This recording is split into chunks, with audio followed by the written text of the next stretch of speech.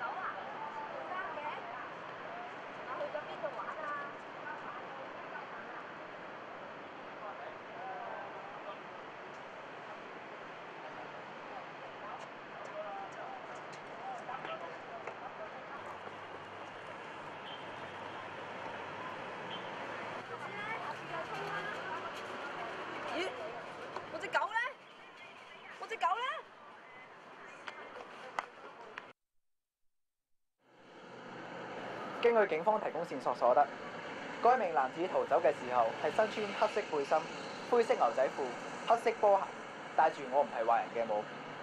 根據知情人士提供嘅線索，疑兇係一名極右分子，年約19至19歲半嘅中國籍男子，身高大概係1.7米至1.75米，瘦身材，留有黑色嘅短頭髮。